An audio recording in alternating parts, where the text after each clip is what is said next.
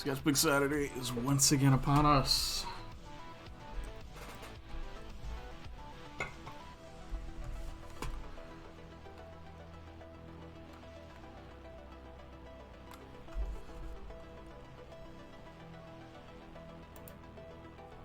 How are you guys doing? Any and all who may be out there watching, waiting. Feels like it's been a while, but I know I was just here Tuesday, and my Solar Surfer art got a reasonably good response, so I'm pretty happy about that. We're gonna see what comes of today's artwork. It's the first time in a while that I've done anything professional wrestling related, but if you saw Twitter at all, you'll know I'm heading back into that sphere of fandom tonight. Quick story.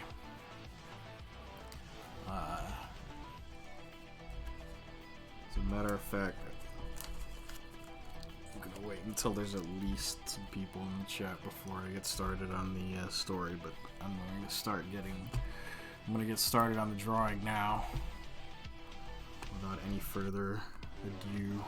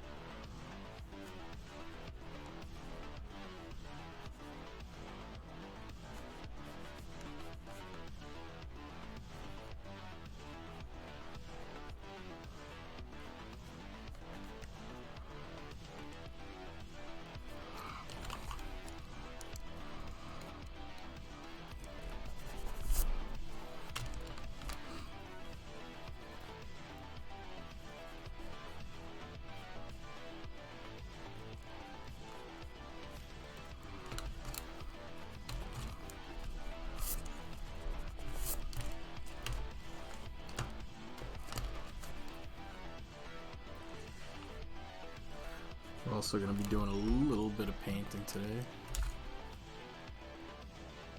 I'll make sure I unmuted that microphone, otherwise the whole last 3 minutes of me talking will have sounded like nothing. Still getting the hang of that.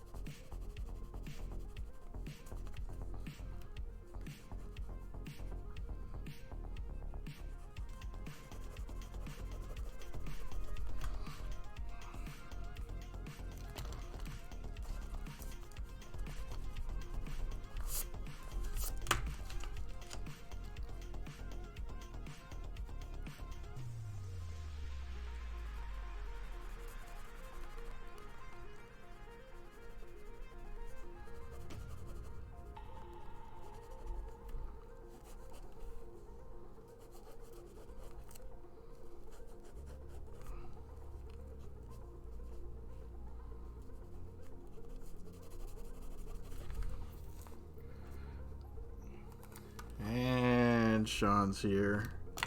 So nice of you to make it.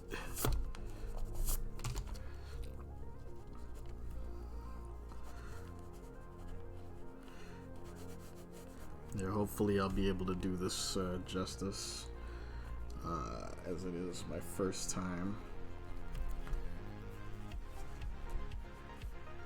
drawing the icon.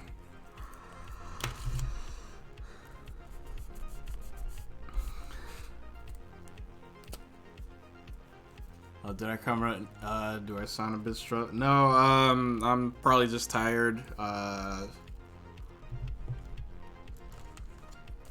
It's, I had work earlier. I'm trying to get back into. I'm trying to get into the zone here.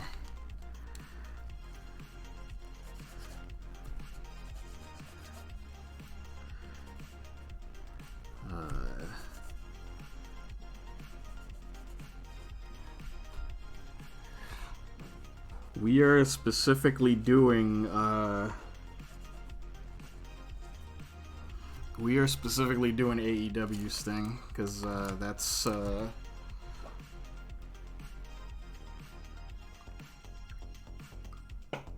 one thing that prompted me to do this tonight was just and I've talked wrestling here and there in the past on the stream, but yeah, some interesting things happening in professional wrestling this week, namely namely Sting's debut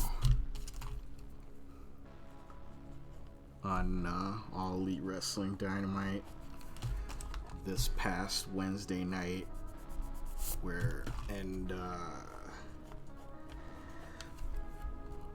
a big nostalgic segment of the professional wrestling audience all collectively lost their shit at seeing Sting appear on TNT programming for the first time in 19 years. I think they got it. I was about to say 18 years because that's how they said it. You know, that's what they said on the show, but that was incorrect. It was 19 years. He was on the final episode of WCW Monday Nitro in 2001. He wrestled the last match on that show.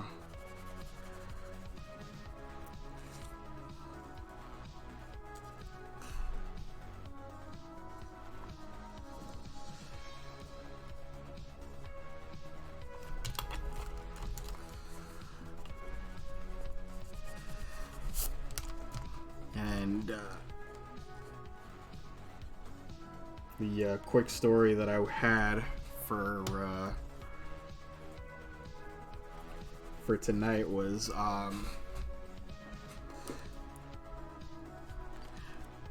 comes as by way of a full disclosure tonight, which is that I was racking my brain all day trying to figure out what I was going to draw today. Sometimes this happens to me with Sketchbook Saturday sketches. Sometimes I will know a week in advance what I'm going to do, and sometimes I will not know until literally the last minute what I'm going to be doing. And this was one of those times, and this hasn't happened very much since I started streaming. I usually try to know ahead of time what I'm going to be drawing for, because I don't want to spend too much of that time, too much of that live time figuring it out. I want to have enough time to plan. But today I just couldn't. It was one of those days where I just could not think of anything. And I usually, on days where I gotta go to the old day job, and all day at work, I could not figure out what I was gonna draw. Usually, what I've taken to doing is when I gotta, when I'm streaming on the same day that I'm working, I will, or almost any time I am, almost any time I have to, work the day job on a Saturday, which is thankfully not every Saturday, but anytime that I do, I will bring my sketchbook with me and draw on some downtime or on my lunch break or whatever. And I still couldn't think of anything today, so I brought my sketchbook, I didn't do anything in it, and I brought it back home with me. And I had something to eat. I messed around on my phone a little bit, and I still couldn't think of anything. And the idea for what I was going to do tonight literally came to me at about 7:48 p.m. tonight. So in other words, about 12 minutes before we went live.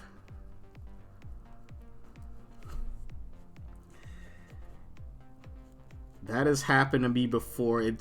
Sometimes in the past it's taken me even longer to figure out what the hell I was gonna sketch, but never before a live stream.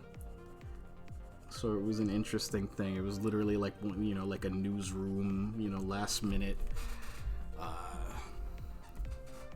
old school newsroom type of thing where we go live in 3 minutes and we're still trying to figure out what the story, what the top story is going to be. And I was starting to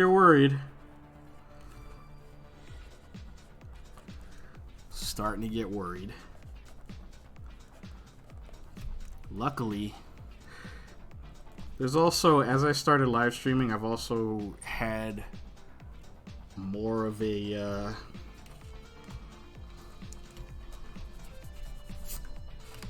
I've also felt a lot more like doing artwork that's sort of relevant to the week that I'm doing it in one way or another.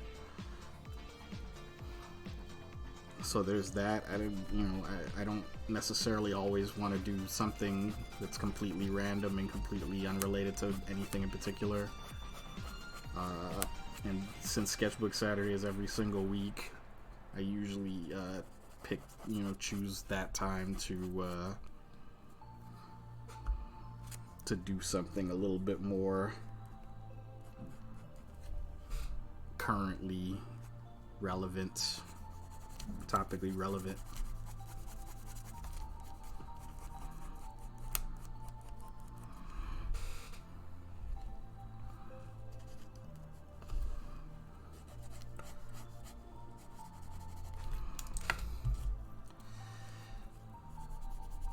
I have something, I have some art in mind that I want to do later, later on this coming week.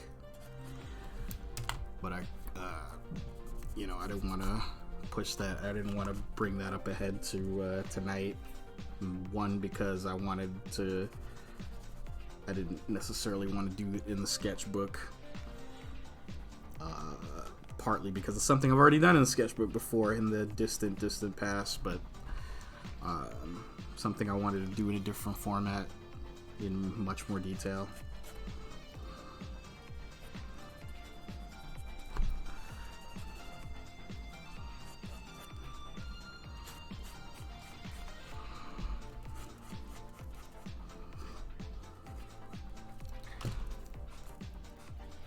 And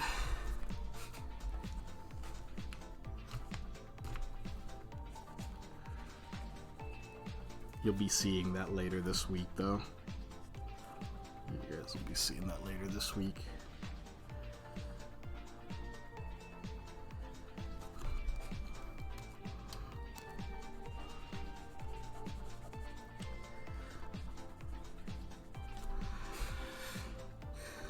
And I realized I haven't done any wrestling related art in a while either, so there's that.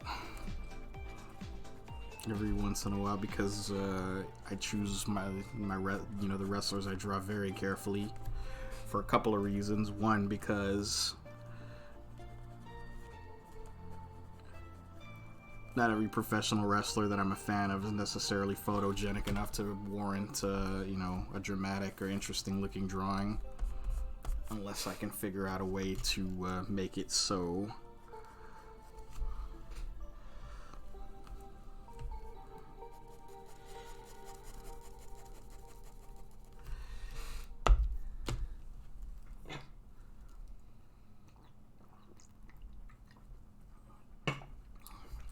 Number two,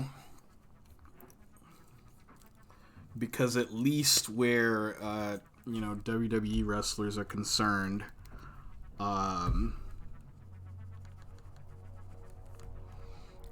of my favorite watercolor portrait artists, who I follow on Twitter, has that particular market very well covered, and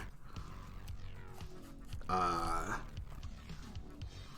don't necessarily want to first of all, I don't necessarily want to step on Rob Schamberger's toes. If you don't follow him on Twitter or Instagram, please do. And when I say I don't want to step on his toes, I mean that, for my own, in my own perception.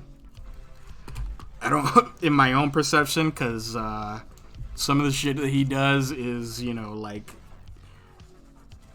I'd probably need to, I would need to study up for a good long while longer to even approach how good that guy is when it comes to wrestling portraiture. So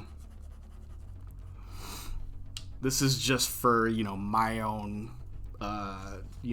my own state of mind. I don't necessarily want to do a whole lot of wrestling art because I don't want in my own head to try to compete with that, because I won't, it won't happen. I don't, that's a losing battle.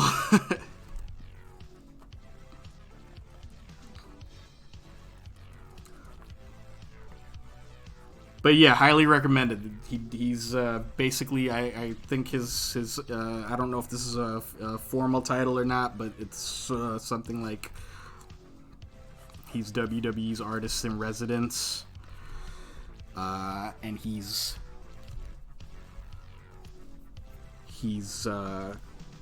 done some. He routinely does portrait art of all kinds of different WWE superstars, past and present. He's a dumpster fire person, but Jerry Lawler is also a gifted artist. Jerry Lawler, I was surprised about how good an artist Jerry Lawler is. When I first found out that he was an artist and that he's been in, he's actually pretty accomplished, and he's been pretty accomplished for a while. I saw some of his artwork, some of his early artwork, and I thought it was pretty. I thought it was nice. I thought it was pretty good. I think I want to say Lawler illustrated Mick Foley's children's book. Am I correct about that, Sean? Can you confirm that? I seem to remember that being the case. Yeah, Christmas book.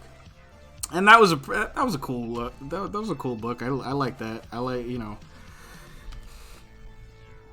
And yeah, Lawler's actually obviously a gifted artist. And then I saw some of his portrait art of wrestlers and also other celebrities, and he's also a big Superman guy, and I think he's illustrated some one-off Superman story at some point in time. If not, he had intended to, something like that. I've seen some of the paintings that he's obviously spent a great deal of time on, and they're jaw-dropping.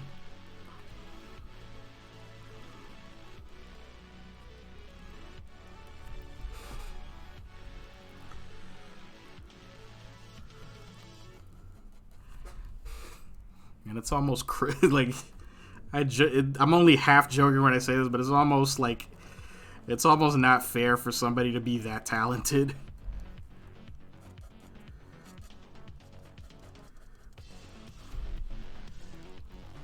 Where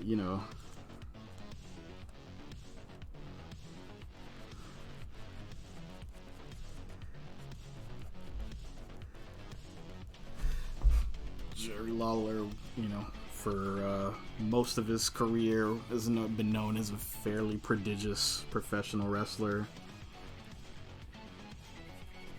but at the same time, he's also a really gifted artist.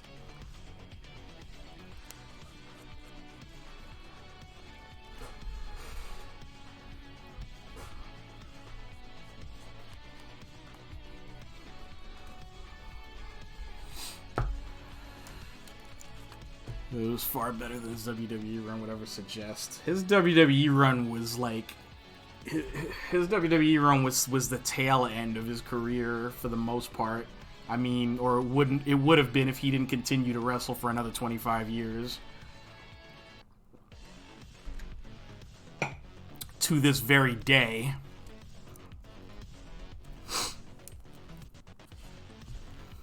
But yeah, we're gonna get started on the painting part of this now. Let's see. What do I want to use?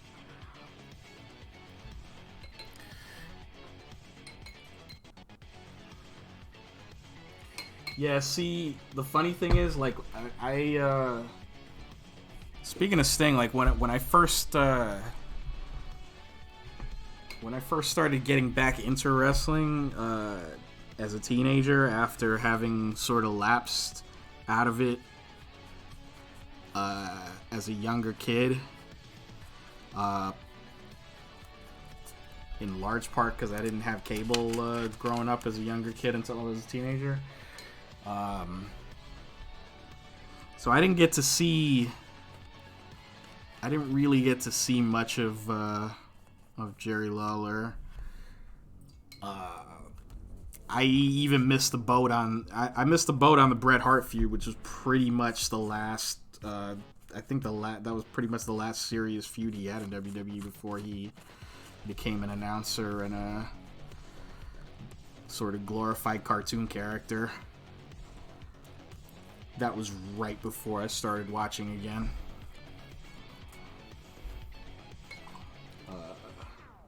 Less than a few months, I think, after I started watching again. Ironically, at that exact time, I started, re-dabbling, watching wrestling over on the WCW side of things because of Sting and because of the feud. Now we know with the benefit of hindsight that the ill-fated Sting versus the NWO feud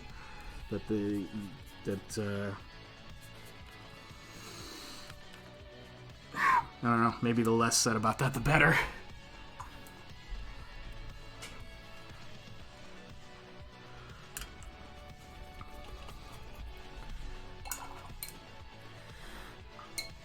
To be honest, to be perfectly honest, I mean, we all know, like,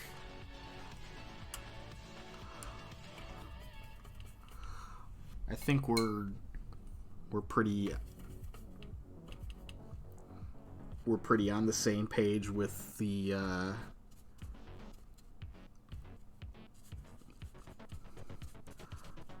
thinking that the problems with the whole Sting versus NWO thing was not in any way, shape, or form Sting's fault.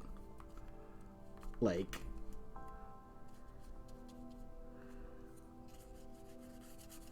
that whole setup, the way that was all supposed to pay off, it was set up really kind of perfectly.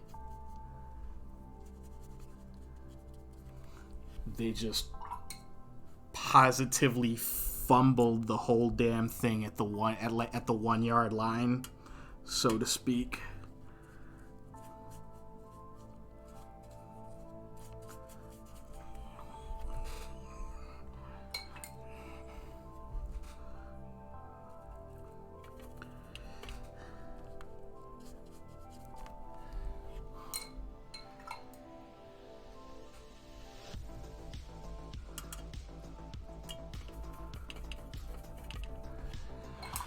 I heard the odd opinion over the years this thing came in unmotivated and out of shape for the Starrcade match, but that's the consensus bungled booking. I'm perfectly willing to believe that. I also believe that would have been the way that they had set all of that up, that would have been the easiest thing in the world to book around if they had felt like it.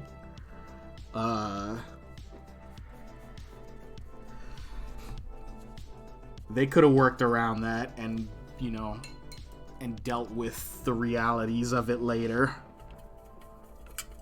But the actual moment that they had spent a year building up to, that was some pretty grade A bed shitting that they did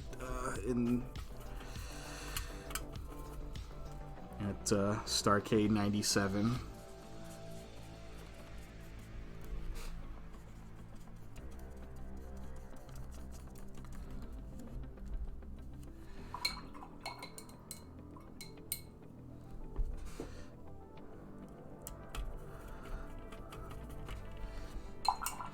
Yes, Sting against Vader. I remember hearing about that. We've had this particular discussion offline a couple of times, I think, Sean. I've told you, like, my either number one or number two favorite match of all time, depending on what day you catch me on, is Brock Lesnar against Eddie Guerrero. Eddie Guerrero being my all-time favorite wrestler, and I always kind of got the impression that like Sting versus Vader was kind of the Brock versus Eddie of its day, in the way that they describe the crowd, the build-up, the psychology, how it played out.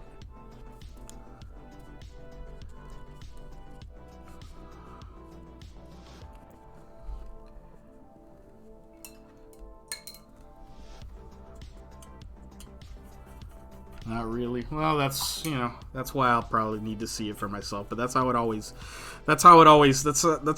sounded to me, like people were describing it. That's what it always reminded me of in the description of it. I'm sure, I'd probably, I expect I'd have a different opinion actually seeing it in person.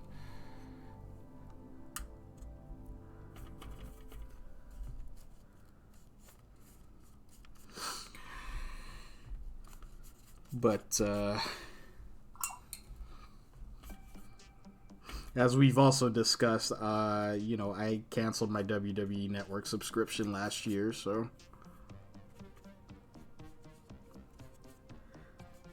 it's gonna have to come. I'm gonna have to come by that by watching that match by other means, unless. I don't know if you still need an account to get the free version of the network, but it might still be on that. I don't know. I haven't bothered checking. Because believe it or not, I didn't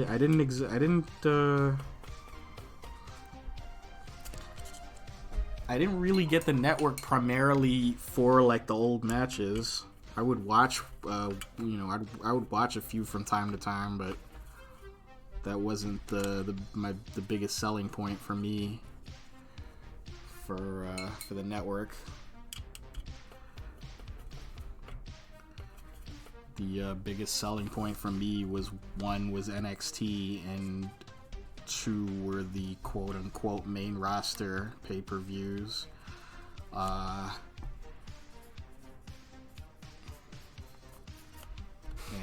when NXT moved to regular cable TV and the quote-unquote main roster pay-per-view ceased to be a thing that I wish to continue paying money to see, that's when I got rid of the network.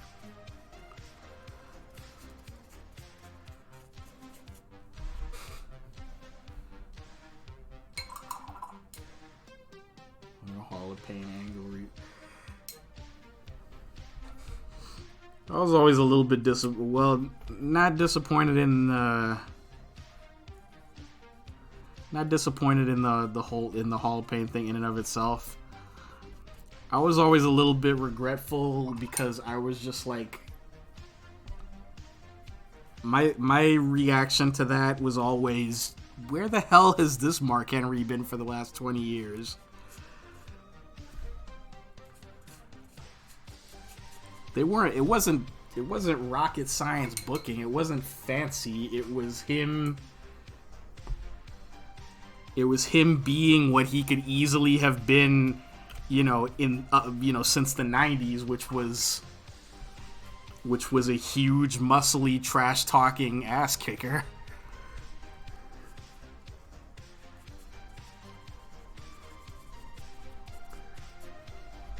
Like, what took them that long to do that, I can't begin to understand, but then again.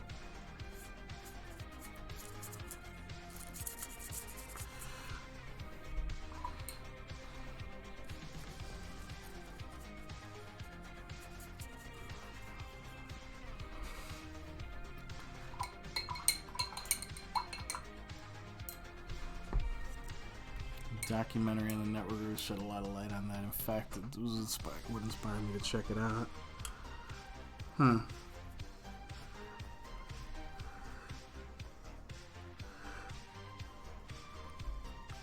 mean, it worked out.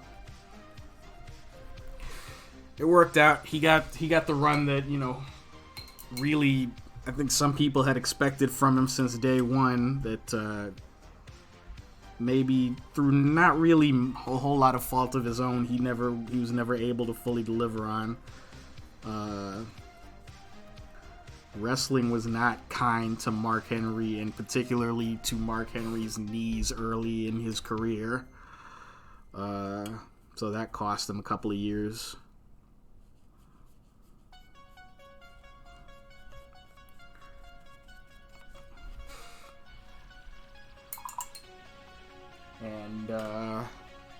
But, he worked it out. He found his way. I don't think any wrestling fan will ever look at a salmon-colored sport coat and, quite the same way ever again.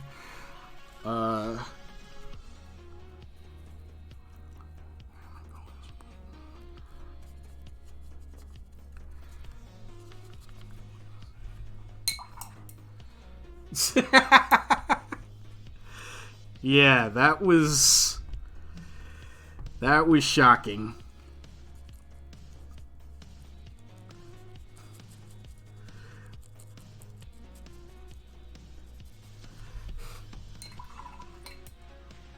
Fun fact from the aforementioned documentary, he worked some of the boys. Yeah, I'll believe it.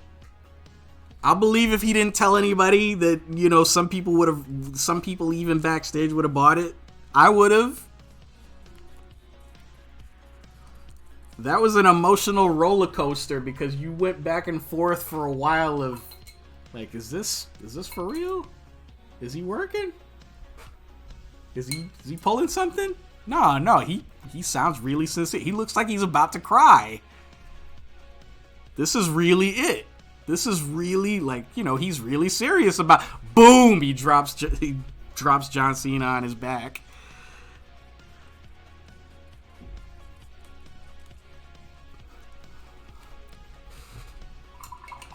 At that point, you boo him purely out of respect because.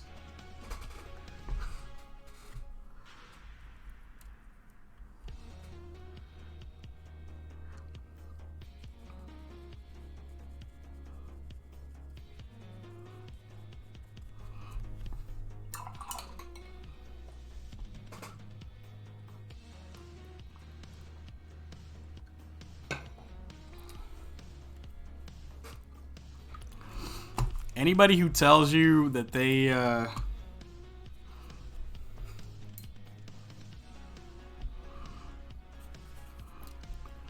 any wrestling fan who tells you they saw that coming and they easily predicted that was going to be a turn, those are the same people that side with Thanos in Avengers Infinity War. Same energy.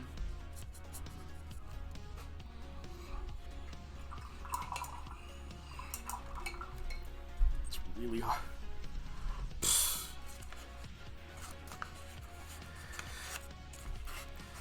Now that's not to say like at first I wasn't like back and forth about like that was the whole thing. and that seemed like that was the intent, was to make you question it throughout.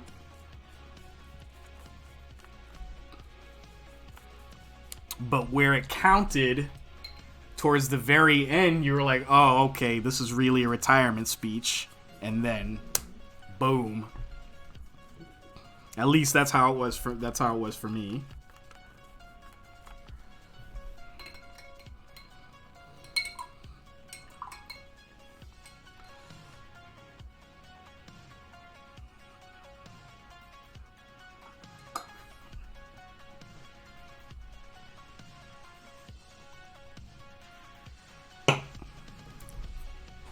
I'm gonna dry this now. This is why I had to do fewer watercolor paintings in the sketchbook, because this is not watercolor paper that I'm using on the sketchbook is comprised of. So it's resilient, but it also buckles like hell. It's wreaking havoc with my lighting right now. I'm looking up at the camera view. When I add the ink, it'll be a little less weird looking. So let me dry this so we can start inking.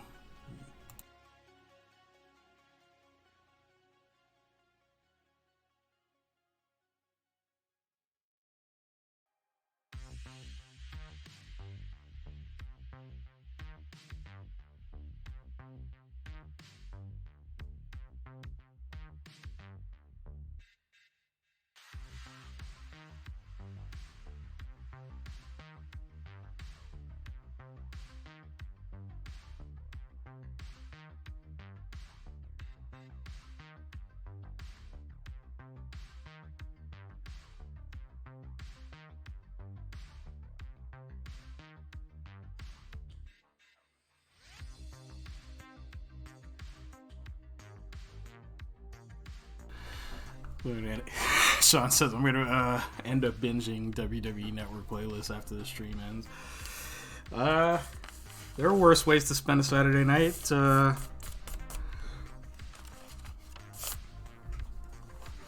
I would say, I don't know if you've actually seen, like, the clip is up. You know, the clip is probably all over AEW's website and probably their YouTube channel, but like. Also, if you get a chance, check out the clip from him from this past Wednesday night.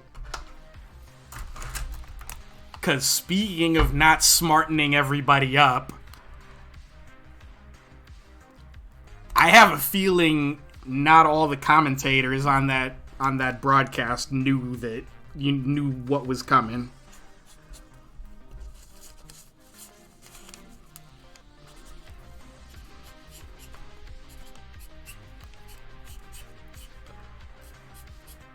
Because Tony Schiavone marked out like it was 2001 all over again.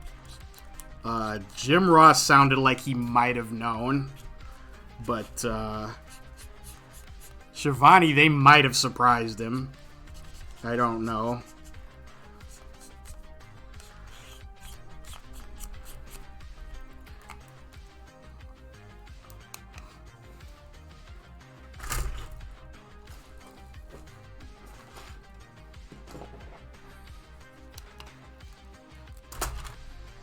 Sid died inside of the road sometime in 2000. AEW has been kind of a fountain of youth for that guy, and I'm pretty happy for him. JR too. Like, these guys, these days, these guys sound 10 years younger.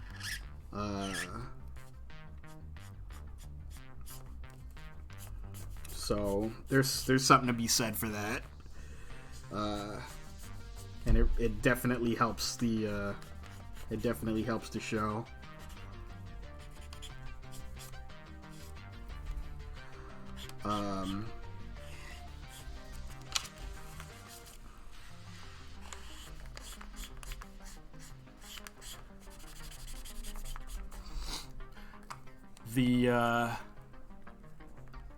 The other thing that I just thought was really funny about that, if you've seen, like, I'm not giving too much away about the what happens in the video. But there is an appearance by the signature Sting baseball bat that he produces from his, timeless badass trench coat. And my immediate first thought was, because he pulls it like he wasn't carrying it in his hand, it was inside his coat. And I don't remember him ever doing that before. And I was like, he's been in wrestling for like almost 40 years, and he just now got a baseball bat pocket, installed in his coat. Like, why did he never think to do that before? Because I honestly cannot remember that ever, Maybe he has before. I don't remember that ever. I don't remember him ever having it. Please correct me if I'm wrong. Did he? I don't know. I always remember him like concealing it in his coat, but like he was still holding it. No, this he pulled it out of a very long pocket. It was.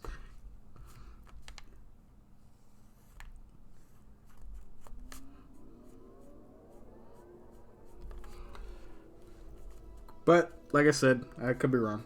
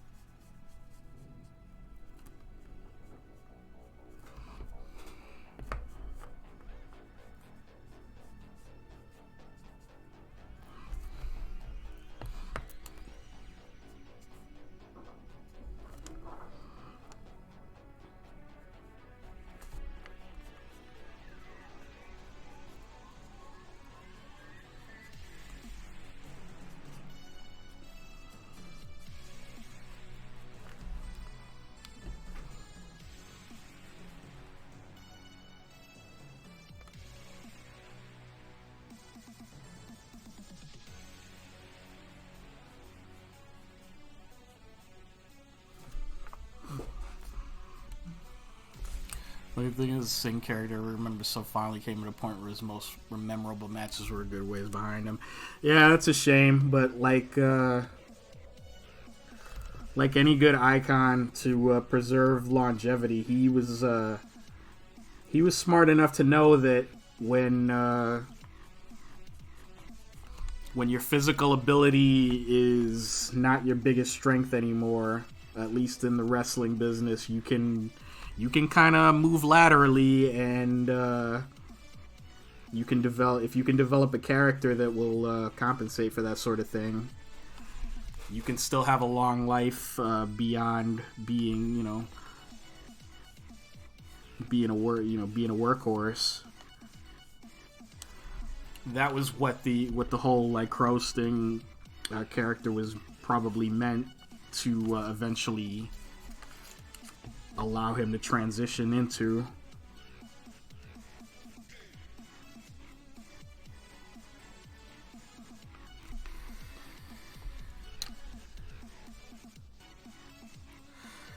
Yeah, he had some amazing matches in TNA.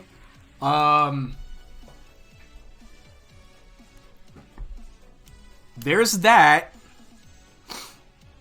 And, I don't want to disparage, I don't want to make it sound like I'm disparaging Sting or I'm like, knocking him in any way.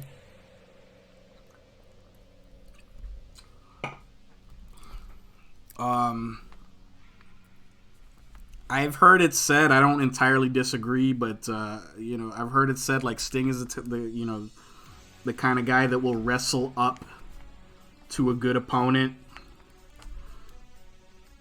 He will rise to the abilities of the guy that he's facing for the most part. I don't know if it's always been that way with him. I'm not as versed in his in his early in his 80s and early 90s stuff. But throughout his career, I've heard it said like he will rise to the ability of the guy he's in the ring with. If you recall, what caliber of people he was routinely in the ring with in TNA. How can I put this? Are you about to tell me to piss off or what?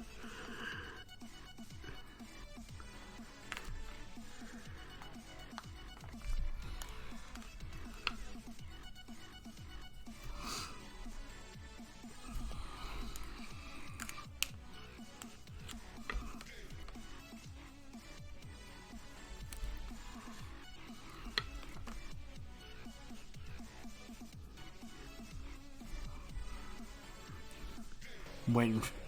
You could absolutely bring out the best and lesser guys, but HBK he wasn't. He could absolutely wrestle, but he leaned a lot on theatrical. Yeah, and he ain't the only one. He is not by a long shot somebody who has made his career on that. There's nothing wrong with that. We just mentioned Jerry Lawler. That's what he's been living on for easily the past 30 or 40 years. The rare times that he would wrestle.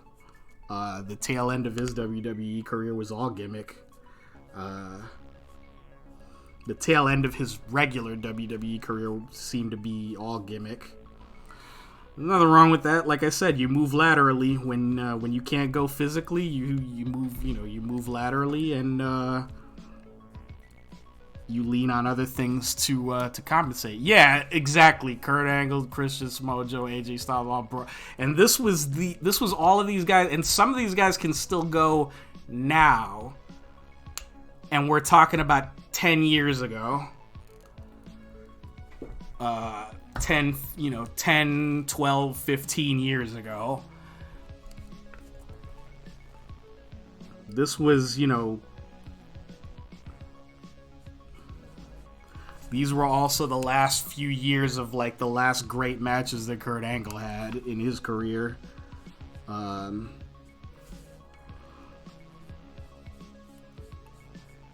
they made it work.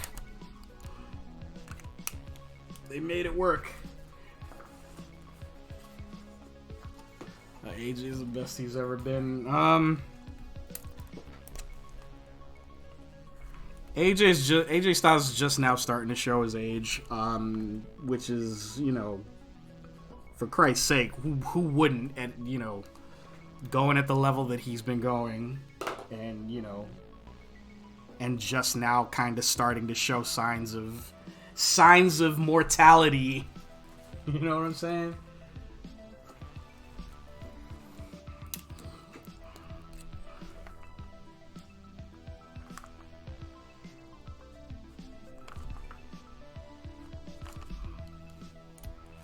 He's also at a place where he's become a smarter storyteller. Absolutely. I agree with that.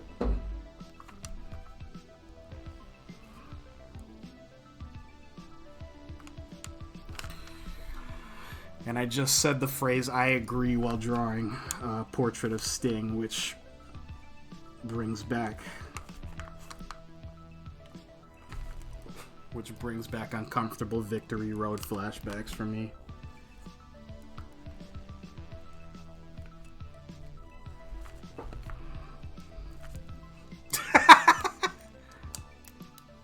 Well, I'm sorry. Some things are just a link to memory, whether you want them to be or not.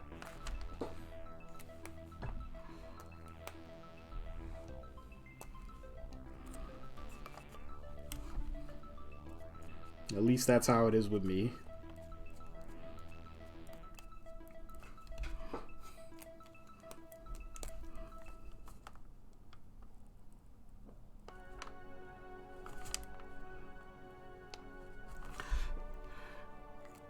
Yeah. About that night, I always joke that was the debut of disappointed dad Sting.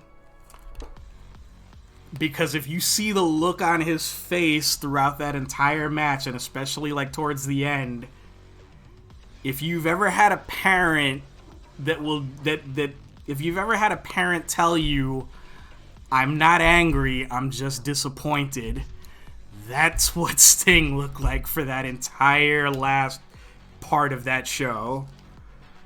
We're talking about Victory Road, TNA Victory Road, I think 2011, I want to say. Maybe 2000, maybe 2010. Something like that. I'm thinking off the top of my head here.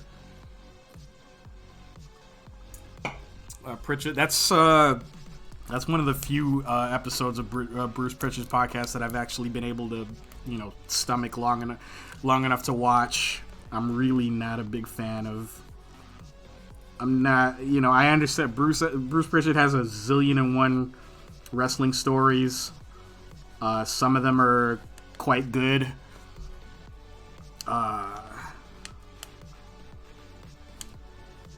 I just can't. I'm not a fan of the way he tells most of.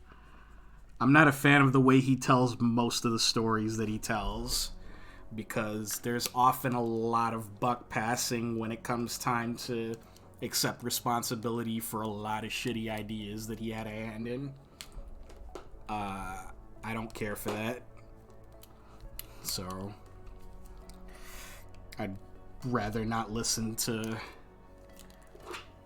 a podcast full of excuses, to be perfectly honest.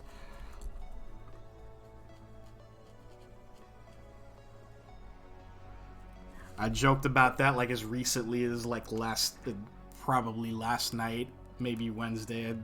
My joke was my joke about that was Bruce Pritchard never met a buck he couldn't pass.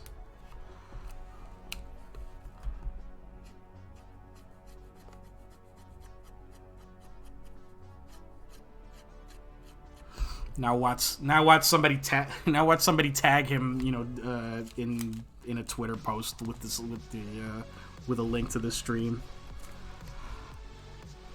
My viewership will skyrocket, but my trollership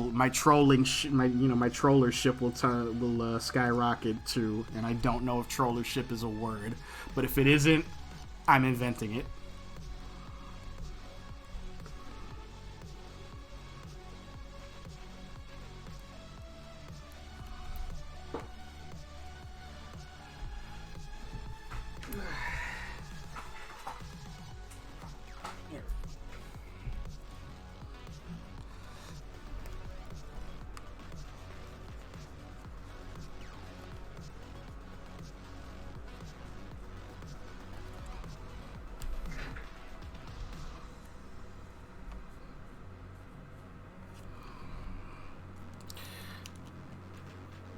Now, what I think I want to do is, I actually don't want to, I actually think this looks good enough to where I don't want to outline it too much. I do want to get my hatching, my cross hatching on, because that's my thing.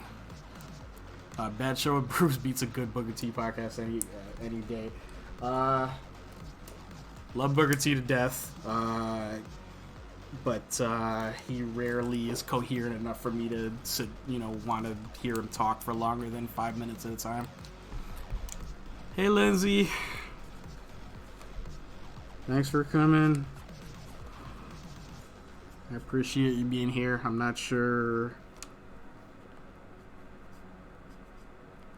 how much you're going to enjoy this one. There's a lot of... you can finally make it into wrestling. Yeah, well, there's gonna be some wrestling talk tonight, and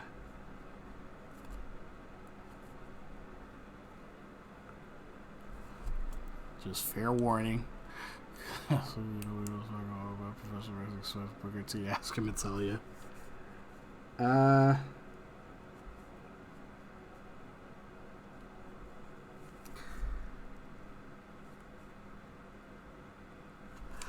Like I said, some people I can, actually some wrestling podcasts I can listen to any day of the week, because some guys can make some guys can make just about anything entertaining. Like Chris Jericho can make an Omaha steak plug entertaining, which is why, you know, I'll never, you know, not want to hear, you know, his show. Like, except for, you know, with the exception of some questionable guests that he's had.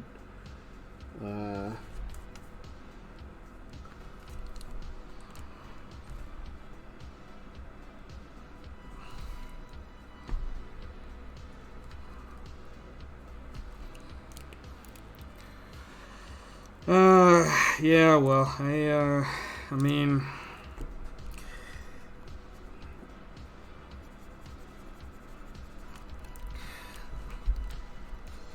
anybody who's, I'll put it this way, I'm never overly surprised when any, you know, more than moderately wealthy person, celebrity or otherwise, ends up being a Trump guy.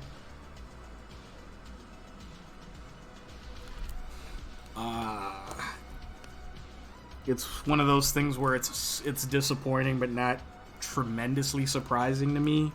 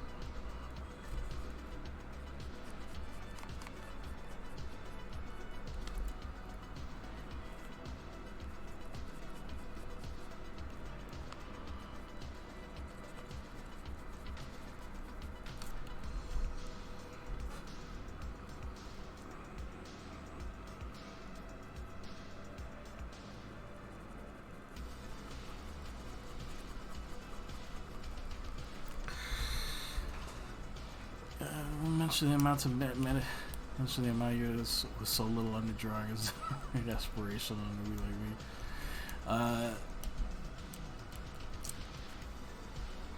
You call this? You consider this little underdrawing? I think I spend a pretty good. I think I spent a pretty good amount of time with the pencil artwork today.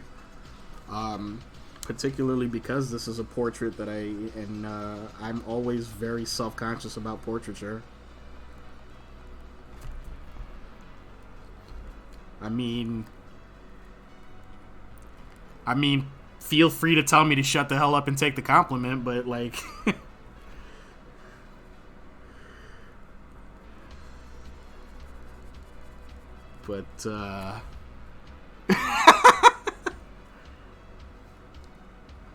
see, whenever I offer an opportunity to tell me to shut up, see, Lindsay's good on the spot with that.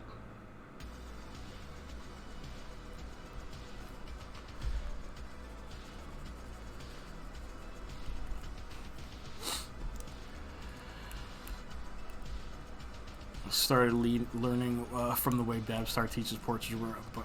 I really need to watch. Some of the pub draw videos. I really need to watch some of her work. I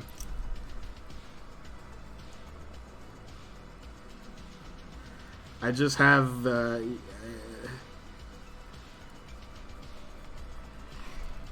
It's a little bit weird sometimes for me to watch, digital artists, to watch tablet artists. It all, in a way, it kind of makes me feel old. Maybe really old.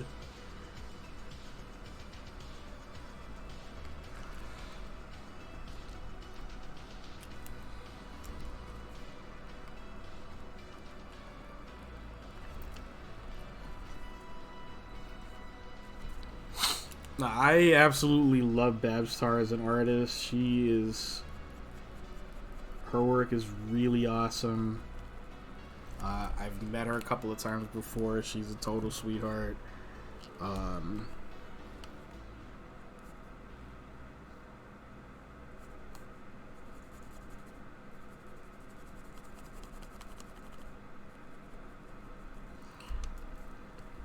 And I'm a bad indie comics artist because I really should be supporting her, like her indie work a little bit more than I currently do, which is to say not at all. I actually have to, in the new year, I kind of want to make it more of a thing to throw my support the way of more independent artists. I've done that a little bit by, supporting some Twitch artists here and there when I can. She worked on Batgirl. Yeah, she worked on Batgirl. The whole Batgirl of Burnside, the purple and yellow, the purple costume with the yellow Doc Martens. That was based on her design, and I think Brendan Fletcher's design. They worked on together. That was her. I got most of that run. From my youngest niece, trying to get her into comics here and there. I don't know how much it actually took, but she seemed to enjoy it. Either that, or she was just being really nice.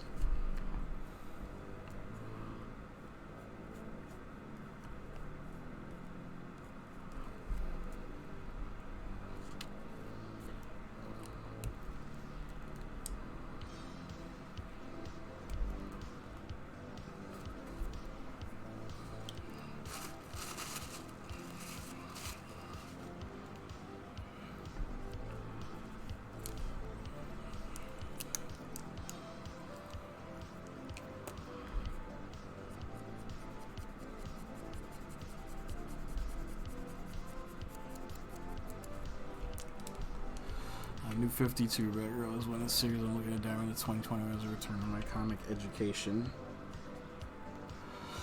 Yeah, New 52 Batgirl was one of the few New 52 books that I could tolerate. The other being Batman by Scott Snyder and Greg Capullo, because I have been a Greg Capullo homer since I was 17 years old. And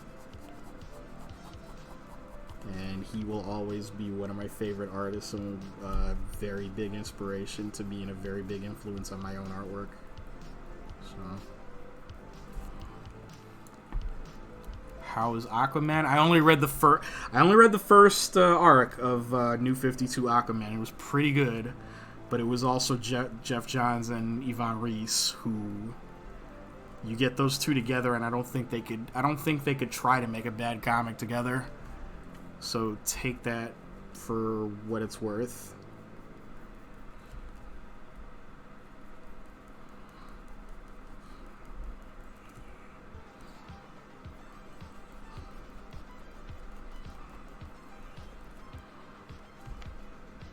So I can vouch for at least as long as the two of them were doing Aquaman. It was pretty damn good. I also don't remember the specifics about their arc. I just remember enjoying it. I remember it being very interesting.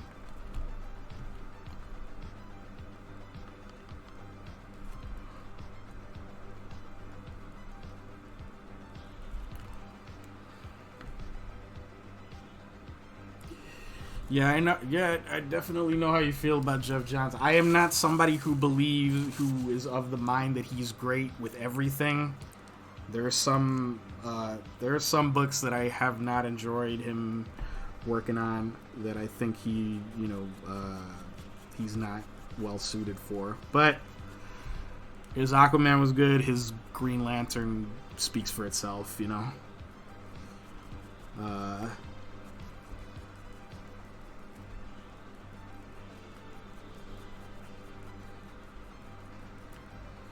Flashpoint, I would need to first of all know where to start with Flashpoint, and then I'd have to actually go through it to be able to give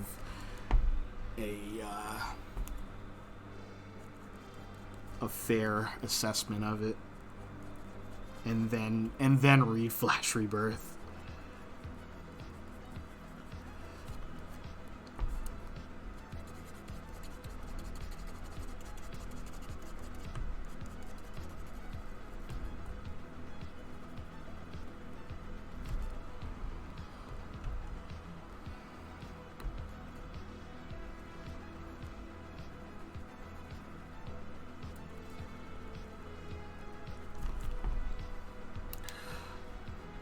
Return of Barry Allen Flash, not Flashpoint. But I'm just saying, it's my understanding that that Flashpoint directly leads into Flash Rebirth. If not, let me know.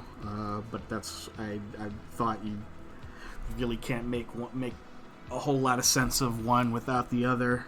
That's always been my understanding.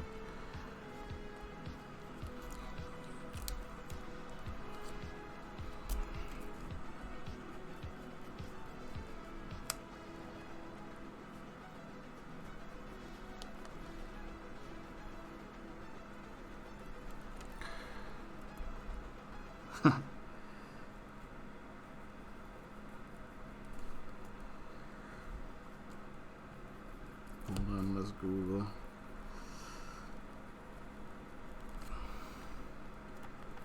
No problem. No problem. I'll just be here reading this grown-ups newspaper.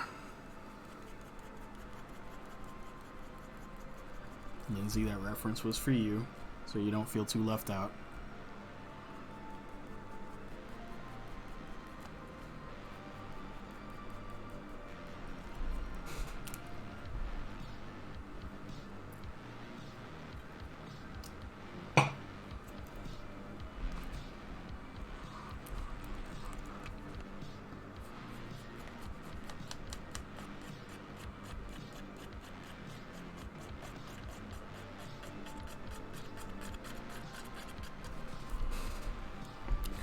Yeah, there are two comics by that name. By which name? Flashpoint or Flash Rebirth?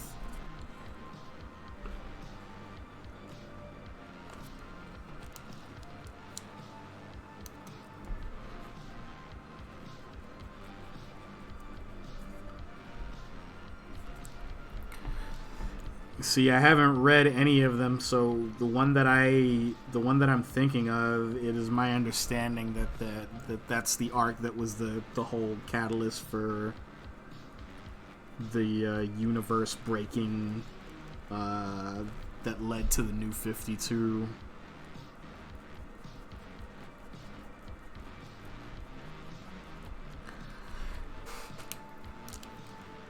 I think, yeah, and then the other rebirth you're probably talking about is the one that was the universe rebooting after the New 52 that was a result of, I think it was Doomsday Clock, if I'm not mistaken. Which is something else I gotta catch up on. If nothing else, just purely out of morbid curiosity.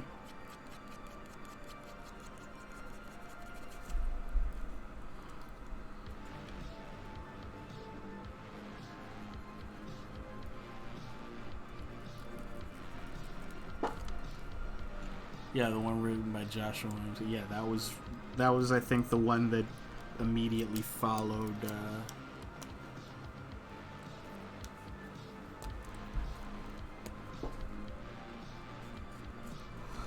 Which was your other stripper name, Lindsay? I've lost track of your stripper names. Well, Morbid Curiosity.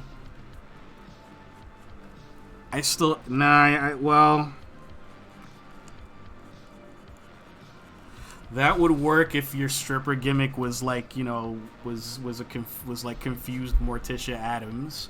That name would work very well for that. That'd be good.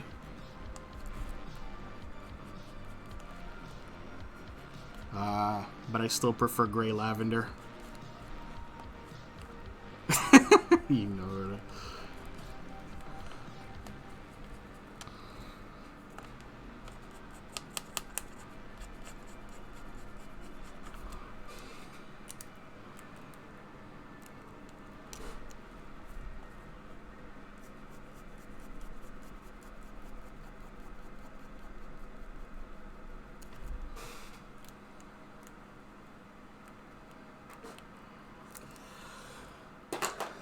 Let's get the markers into the act here.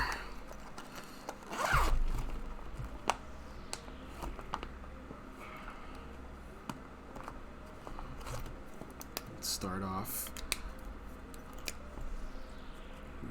small here. Let's see how far we can take this.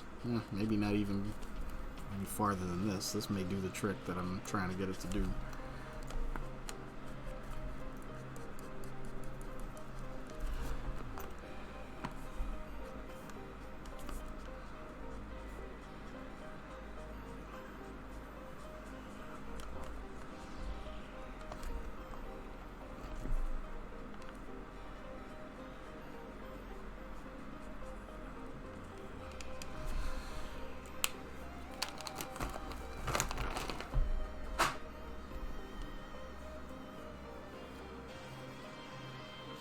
Which, by the way, if we're talking about Addams Family cosplay as by way of a complete like aside and a complete tangent, Gomez Addams is one of the few things that I was born to cosplay. I'm not saying I ever will, but I could, because I've got the height, which is to say I'm very short, and I've got the mustache.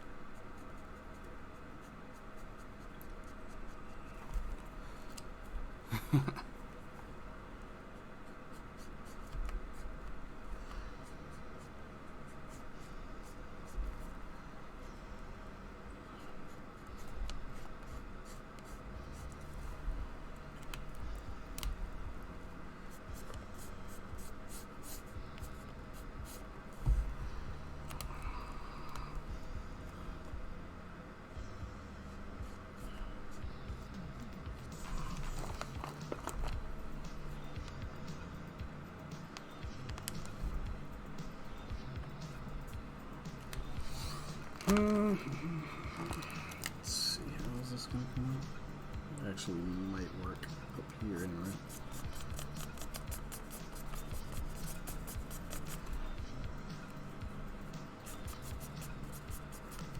Yeah, I don't want to get into that because, once again, I'll repeat something that I've said on many occasions, which is that the ballpoint pen that I use for all this cross-hatching dries at the speed of continental drift. So anytime I try to go over it with marker, it will smear all over the place, and I don't want it to do that right now, unfortunately.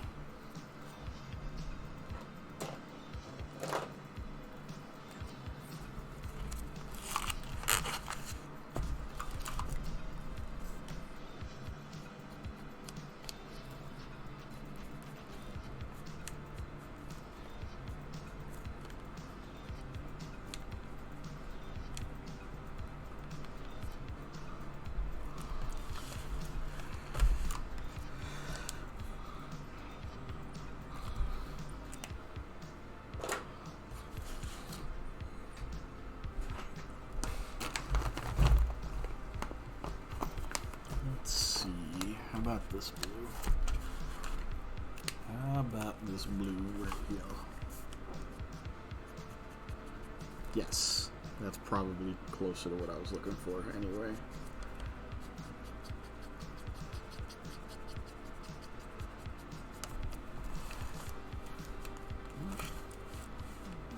Just a second. I'll get it back in the frame in just a minute, but I want to make sure I get this right.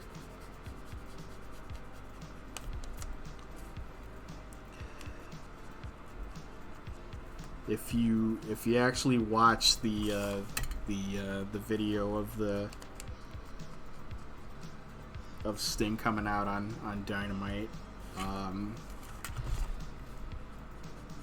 they did like props to whoever was working the lighting for that entrance, because he looked badass coming out with, he had with the cold lighting. The whole theme of the show was winter is coming, so he came out. There was like fake snow everywhere. It was blowing right into the camera. It looked so cool. It was one of the cooler entrances that I've seen, just for a weekly show, as opposed to like a pay-per-view or like a really, I guess this was in its own way a special occasion, but I think you know what I'm talking about. This was they went all out for it to make him really look like what like what they wanted him to look like. He looked like an icon. He looked like a star.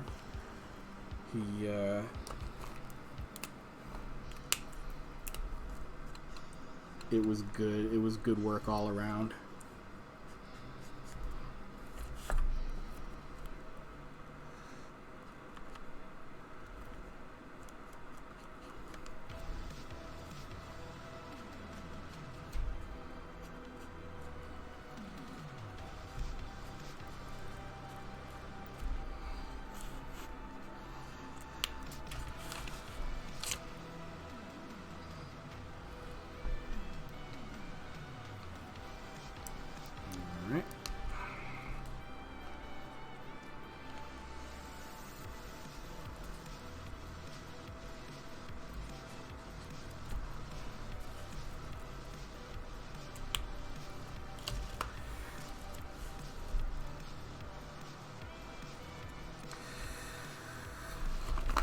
Okay.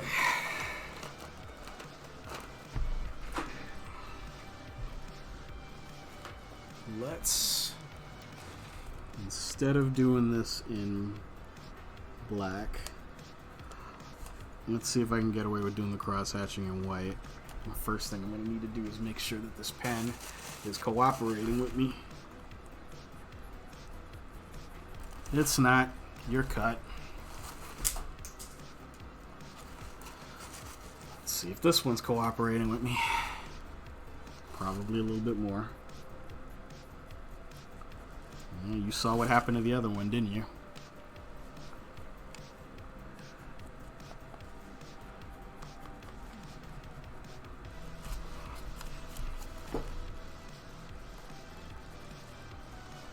You'll just never get tired of me throwing pens away, will you?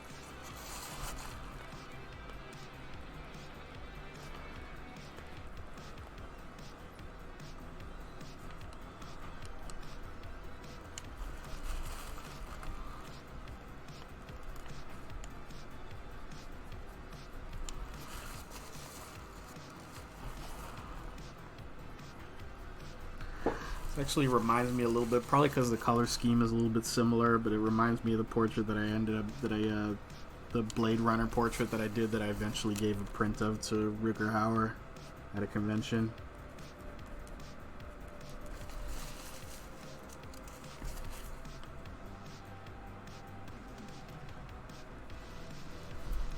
Similar colors, similar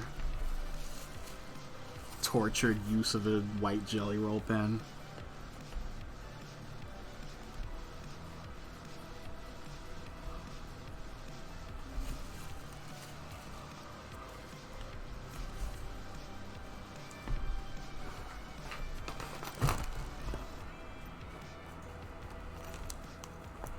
I don't always name drop celebrities, but when I do, I prefer it to be Rutger Hauer.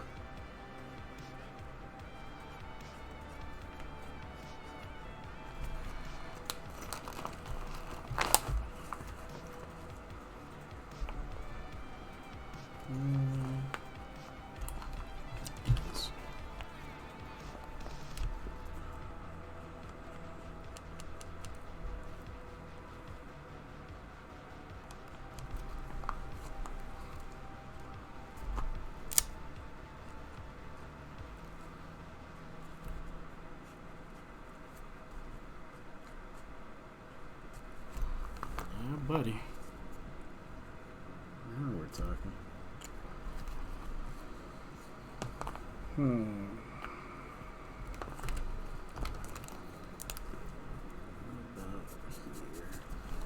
Yes, I like it. I like it a lot.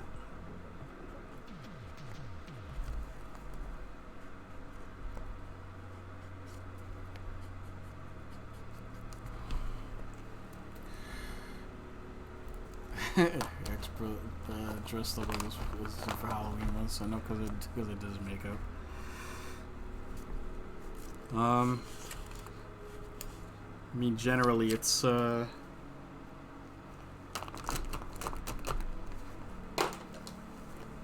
one of the more well-known face paint schemes in wrestling history. Sting is one of the more easily recognizable face painted wrestlers.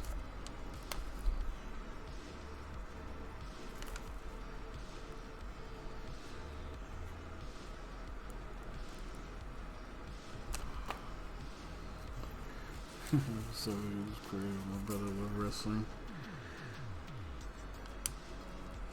There's a lot to love. There's a lot to frustrate and be annoyed by, but there's a lot to love.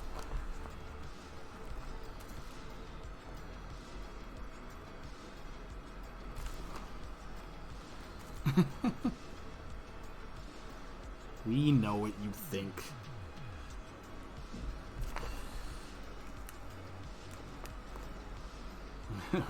Excited to check out a Sting Vader match I've never seen. Correct me if I'm wrong.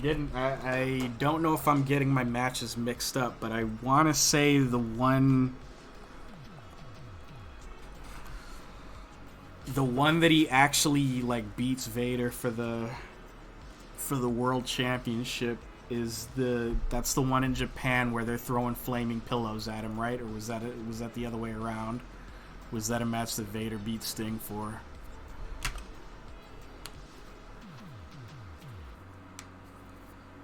I have a feeling I'm getting these mixed up.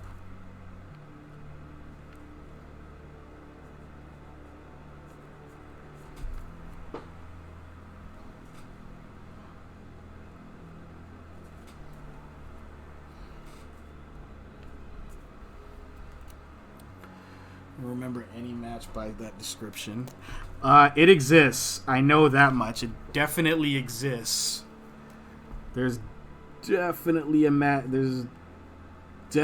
Vader Sting match that I believe takes place in Japan that ends with fans lighting pillows on fire and throwing them into the ring. I guarantee that exists in some way or another. I want to say Flair talked about it in his book, or somebody talked about it in their book.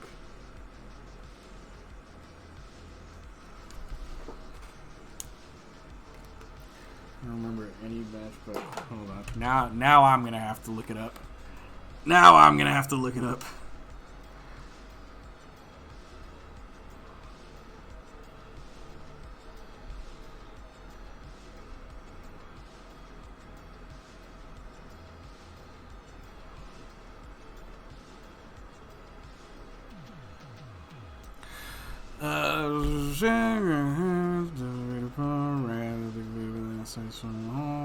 Oh, hold on. Okay, yeah. No, it wasn't. It wasn't Sting. Yeah. It was Vader and Antonio Inoki. Sold out Sumo Hall in New Japan Pro Wrestling. Was subsequently banned from the arena. 1987. New larger than life practically. I'm going to try to read this and draw at the same time. This is going to be a test of my concentration here. Okay. Noki hoped that Big Van Vader, Leon White could shake things up and help become Japan's number one promotion. Help them become Japan's number one promotion. Once again, Vader created a shockwave within the Paraiso scene that is still talked about today.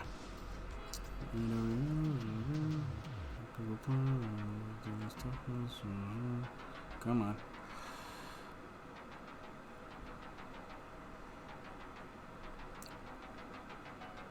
Hey, I didn't know about it. I'm reading about the details right now.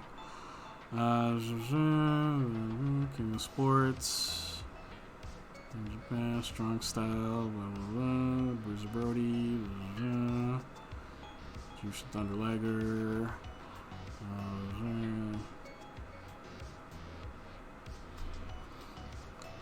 This article's supposed to be about that match, but it ends up being, they're going through Vader's life story. This is the wrestling equivalent to having to scroll through an entire long anecdote just to get to a recipe in a food blog. Story is said to be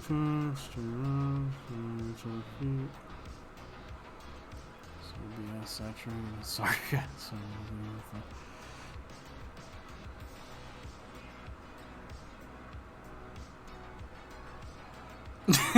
We all hate that. I don't know anybody who doesn't angry scroll through those. See?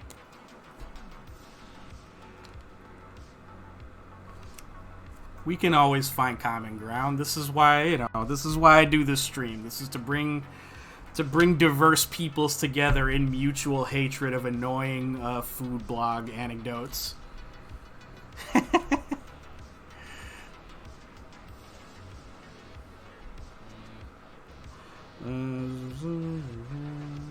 How long is this thing? Oh wow, that long, huh?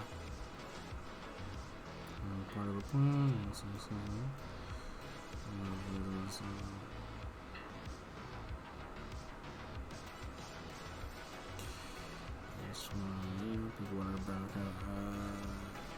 Okay. Alright, hold on. Yeah. Two brutal running tackles, an impressive gorilla press slam, and a couple of solid elbow drops, and a running slam to finish it off. Big Van Vader handed Antonio Inoki his first loss in 2 years, and only his second loss in a decade. Inoki, the People's Champion, their now fallen hero, hadn't put up a fight, but this was all part of the plan. Inoki sensed that his long winning streak had reached its peak of interest with the fans, and it was time for a change and a new challenge. Vader wasn't satisfied with a quick pin, though. After the match, we decided to further the onslaught to add insult to injury. Fans watched in horror as I continued to beat on Inoki in the corner. After the bell had already sounded, they were pissed. It was white heat, man, real anger. This is Vader's recounting of the match.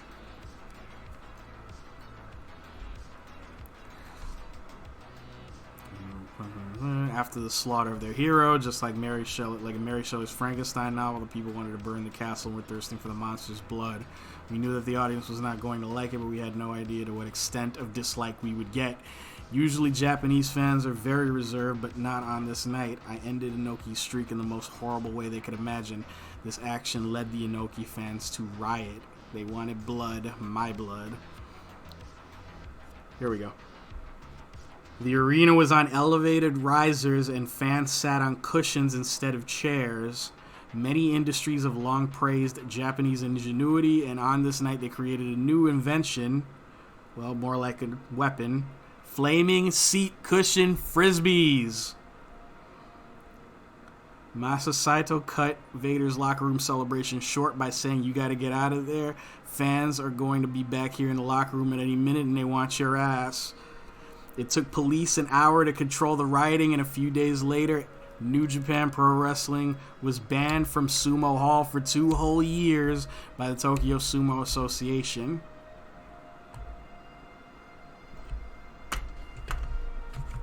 I must see this match. And I must see the aftermath of it.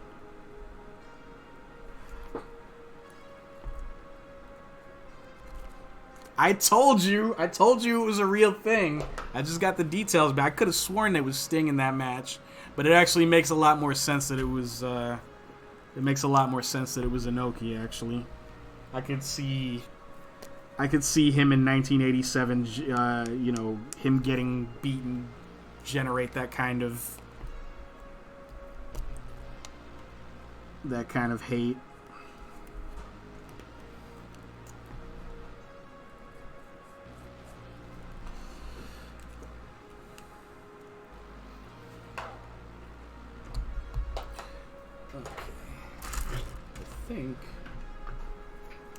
Let's see. Japan is indeed magic.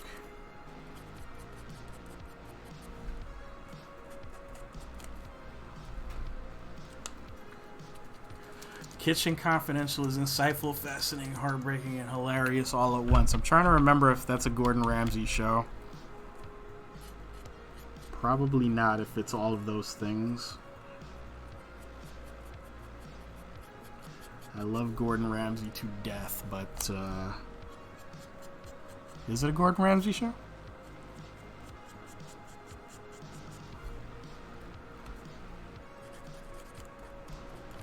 Yeah, Lindsay loves the book by Anthony Bourdain. Oh, okay. Yeah, Lindsay knows her cooking shows better than I do.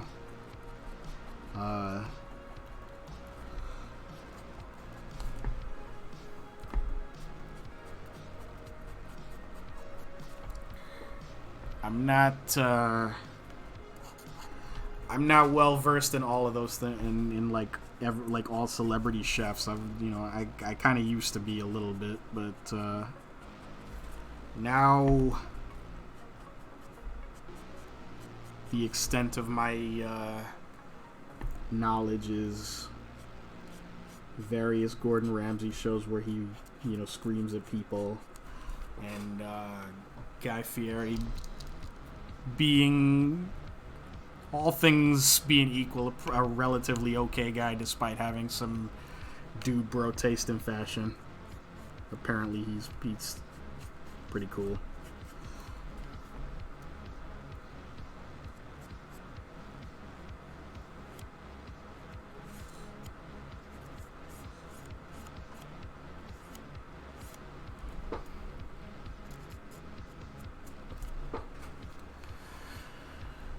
Was adapted into a show with a fictionalized version of Anthony. It didn't last long. Kitchen Confidential. Oh, I'm not. I'm thinking of the wrong Anthony Bourdain show then. Okay. What was the one he had? What was the name of the? Didn't he have a show on CNN? I forget what it was called. No Borders, no something or other. Man, my brain ain't working quite right.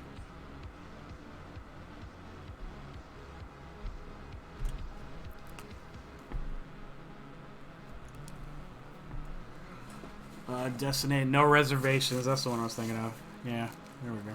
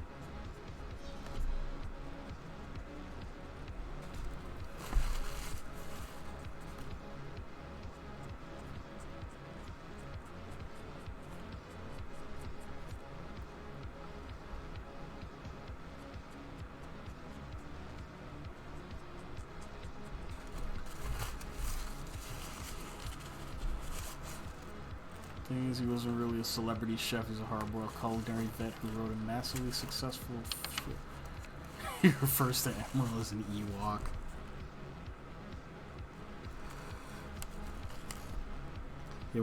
In what context does he refer to him as an Ewok? Because in that he's short, or that he's annoying, or that he's overrated, or all of those things.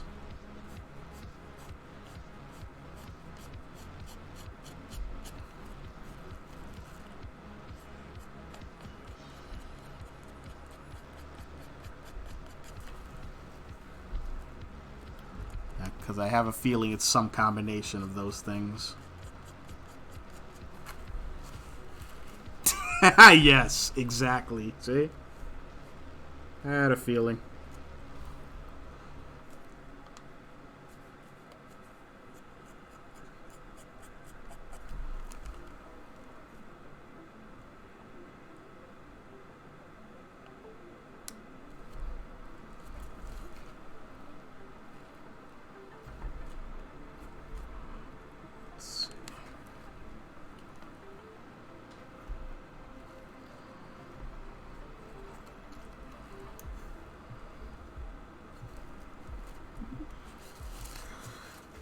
Attempt some other.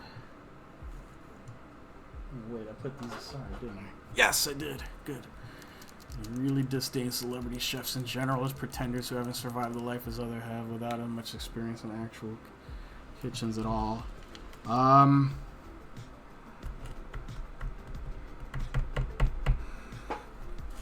Man, I've worked in restaurants before at just about every position. I wouldn't, I'd never call myself a chef, but yeah, like, the restaurant life is... It's a whole different kind of life than... And it's, as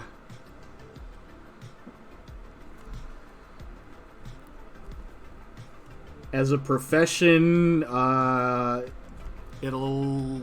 if you will either succeed at it, rage quit it, or it will drive you insane. As a culture, as its own culture, you will be forced to learn to enjoy the taste of all the shit that you are meant to eat.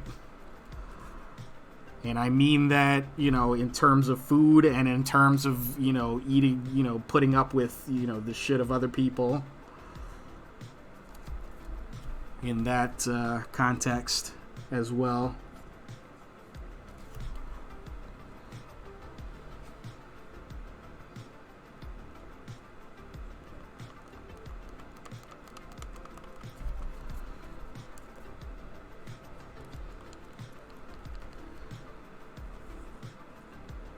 Saying that EPUB could not possibly recommend it highly enough. Hold that thought. That might be something worth checking out, especially if in ebook form, because these days it's very difficult for me to carry physical books around anywhere. Just because I carry so much with me at all times anywhere.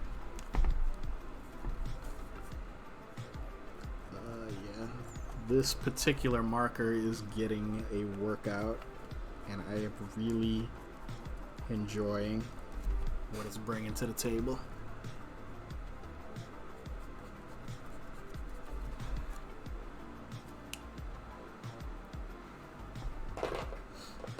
Let's try this last one, and I think we can call this.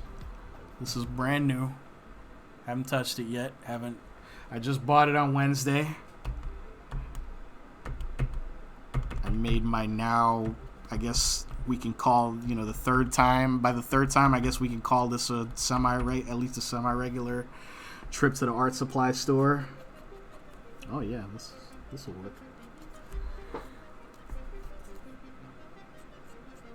Made another of my semi-regular trips to the art supply store. Dropped far more money than I probably should have on various art tools.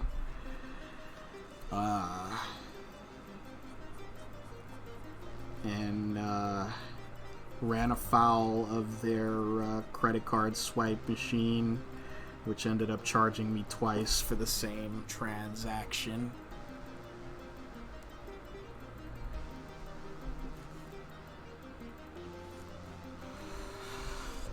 Yeah, like I said, if you when you go back to if you go watch the video of that Sting debut, it's all basically blue and bluish green light all around him. So that's kind of what I'm going for here.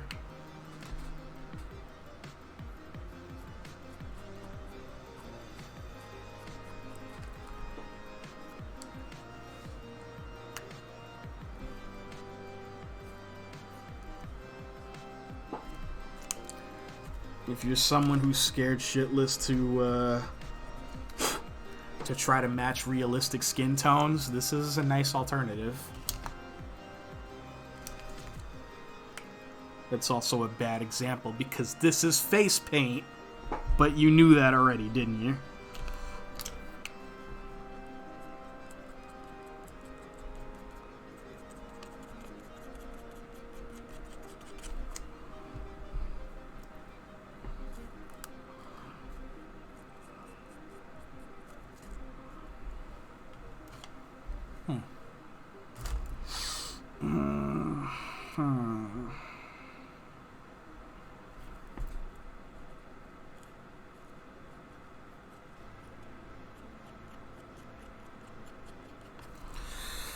That'll work.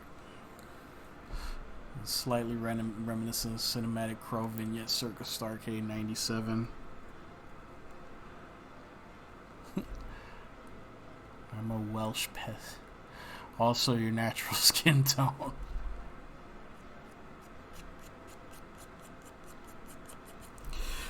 Yes, Lindsay, you are quite fair-skinned.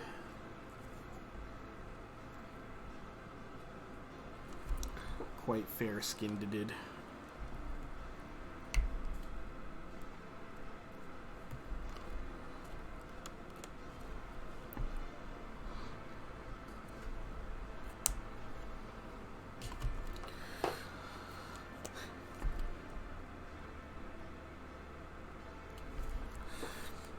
I actually gotta look up those 97 Crow vignettes because I'm very interested in seeing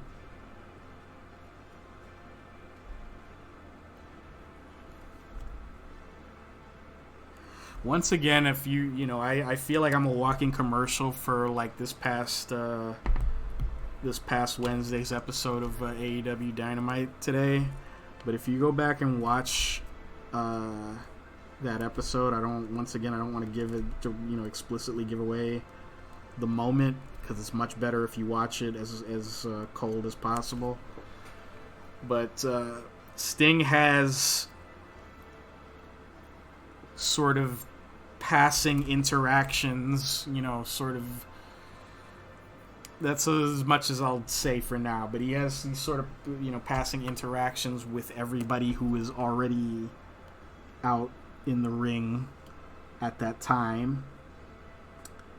And he has one in particular with somebody who I will not get into right now because once again you should see it.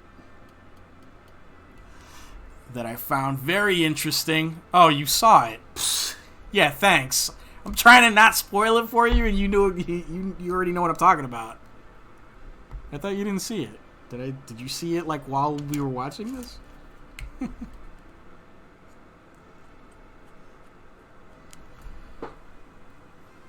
God. No, that's cool. That's funny. Yeah, okay, well, that saves me the trouble of having to tap dance around it. Yeah, there's an interaction that he has with Darby Allin that, like, I thought you... Oh, I read that wrong. I'm sorry. I thought you said you hadn't seen it. Sorry.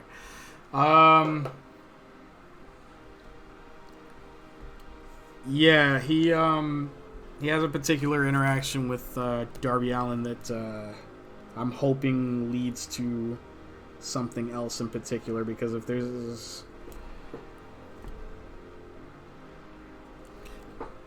there's anybody who has previously and presently embodied that sort of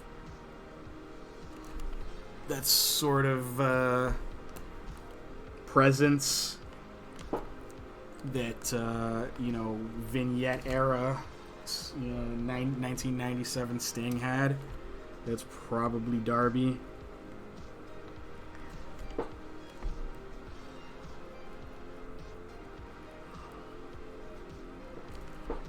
So I'm hoping there's something to that.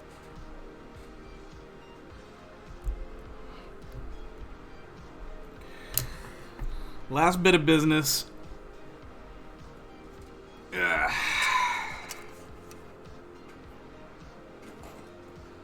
Because like I said, the theme of that night was winter is coming. And there is no winter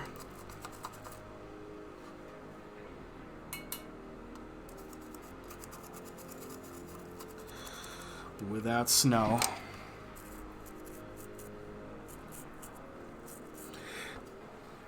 Normally I wouldn't want to do this gimmick 2 streams in a row, but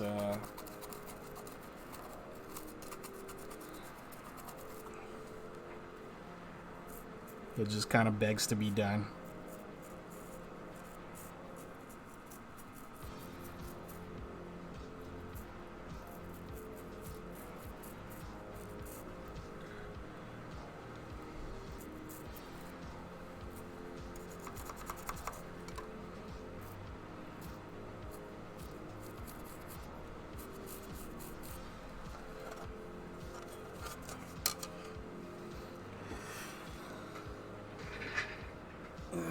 I'm gonna have to go back over that, because that paint there is a little bit too wet, and the page absorbed most of it. So we're gonna try that again. We're gonna see if it holds any better.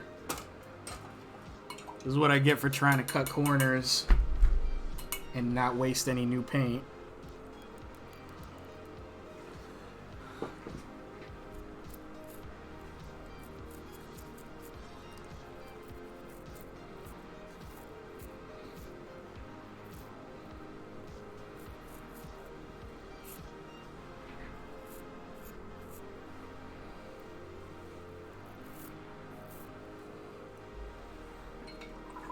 That'll do.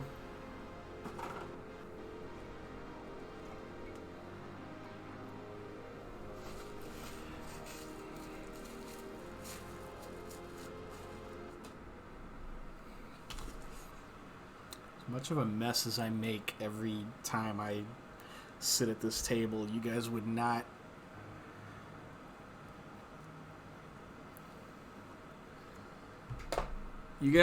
think it to look at this table, but I do actually have a bit of a hang-up that borders on an obsessive compulsion about my hands being clean.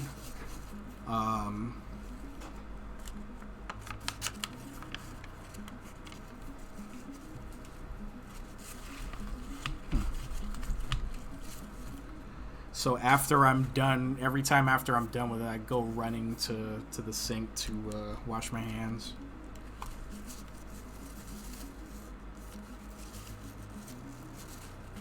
And usually to wipe off my my pens. But,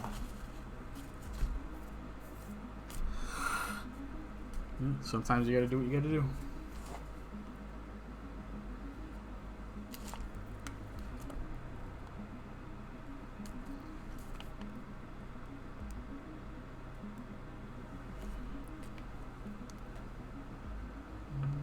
Where was the other pen? Yep, here it is.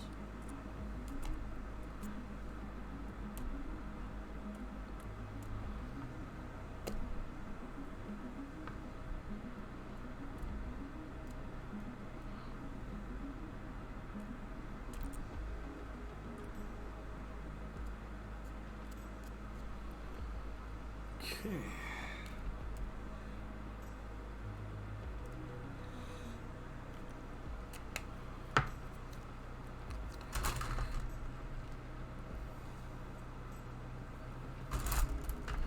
This is also a good time to reinforce the idea that context matters a lot for visual shorthand. A couple of days ago, that same technique that I'm ever so fond of, that I try very hard not to overdo, where I flick paint across the page with a toothbrush, was used to create stars in outer space. Today, I used it for the illusion of snowfall.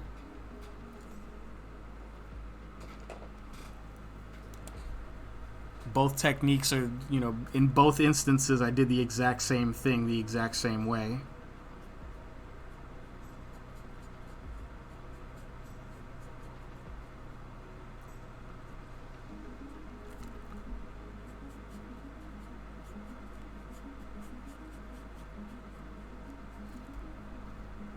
It's your brain that's sort of meant to differentiate. Sometimes that works, sometimes it doesn't. My job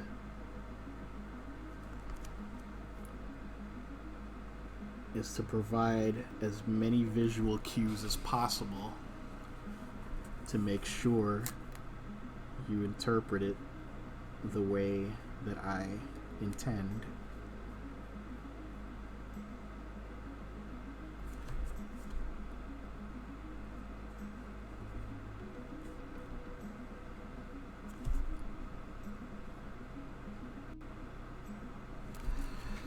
All right.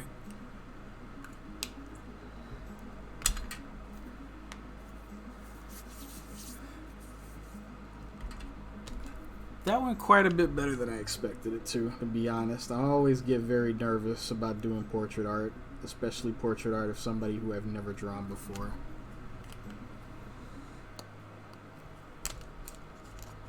I think this works though.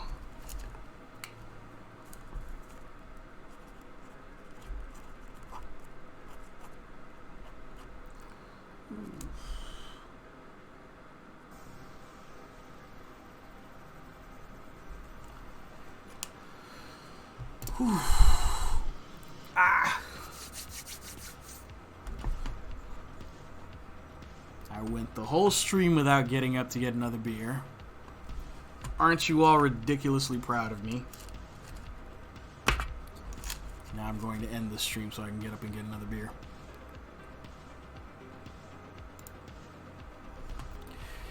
Thanks everybody for coming. I hope you enjoyed our little foray into the world of professional wrestling. I don't like I've said before, I don't draw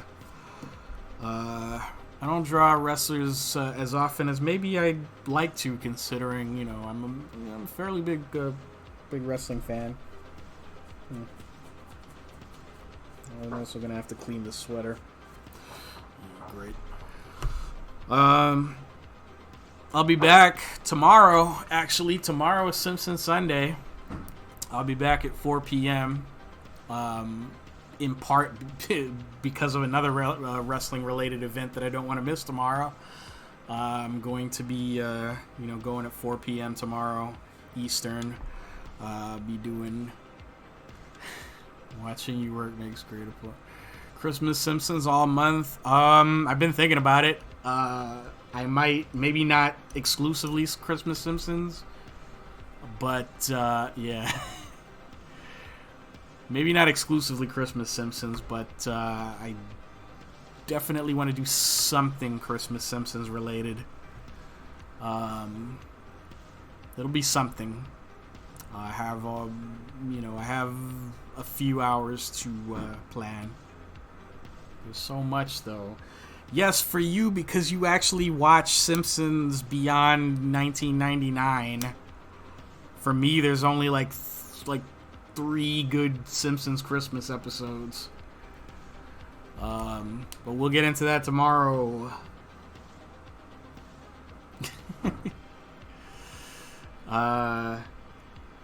In the meantime, thank you for coming. Thank you for watching. Anybody that wants to continue watching, continue following. Hit him there with glasses. I don't know anybody with arms that long, sweetheart. Hold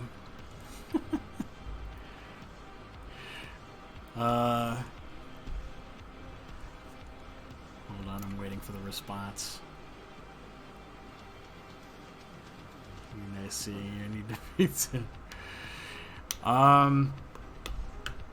You guys can follow me. I'm Epic Benjamin J on all of the things. Twitter, Instagram, and Twitch. You can follow me to find out when I'm going live, what I'll be drawing, when I'll be drawing, and as well as see all of my previous artwork.